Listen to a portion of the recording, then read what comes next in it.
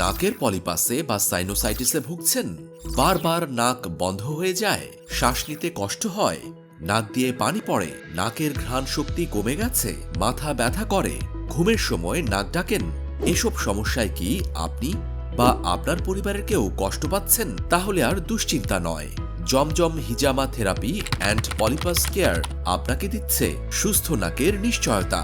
আমরা ইন্ডিয়া ও কোরিয়া থেকে আমদানিকৃত সম্পূর্ণ ন্যাচারাল মেডিসিনের মাধ্যমে অপারেশন ছাড়াই বিশেষভাবে 100% গ্যারান্টি সহকারে নাকের পলিপাসের চিকিৎসা দিয়ে থাকি। তাই আপনি বা আপনার প্রিয়জন কেউ যদি দীর্ঘদিন ধরে এই সমস্যায় ভুগে থাকেন, তাহলে আর দেরি না করে আজই চলে আসুন আমাদের চেম্বারে।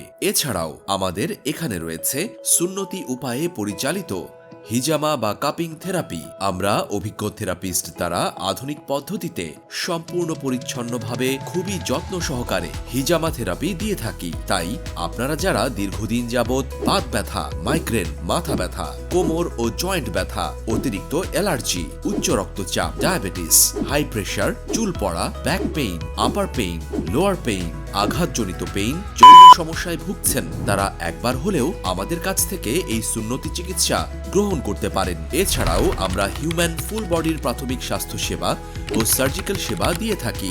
আমাদের ঠিকানা আব্বাস আলী প্লাজা, সিধলি বাজার, কলমাকান্দা, নেত্রকোনা। তো পলিপাসের জন্য আপনার ওয়াইফের কি কি সমস্যা হতো? নাক বন্ধ হয়ে থাকতো, গলা ব্যথা, শ্বাসকষ্ট হতো, হাঁপানি হতো, মাথা ব্যথা করতো, কান ব্যথা করতো, নাক দিয়া পানি পড়তো। তো আপনি আমাদের কাছ থেকে আপনার ওয়াইফের পলিপাসের ট্রিটমেন্ট করানোর পর এখন আপনার ওয়াইফের কি অবস্থা? আলহামদুলিল্লাহ এখন ভালো। তো আপনি আমাদের অডিয়েন্সের উদ্দেশ্যে কি বলতে চান? আমি বলতে চাই যে যাদের নাকের পলিপাস আছে এখান থেকে চিকিৎসা নেন। আমি চিকিৎসা নিয়ে সুস্থ, আমার ওয়াইফের চিকিৎসা নিয়ে সুস্থ হয়েছে। আপনারা এখানে চিকিৎসা নেন, সুস্থ হন।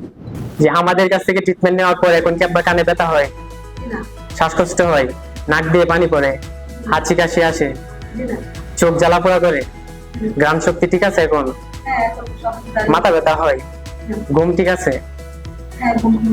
তাহলে আপনি আমাদের জমজম হিজামা থেরাপি এন্ড পলিপাস কেয়ার থেকে ট্রিটমেন্ট নিয়ে এখন পরিপূর্ণ সুস্থ। জি আলহামদুলিল্লাহ।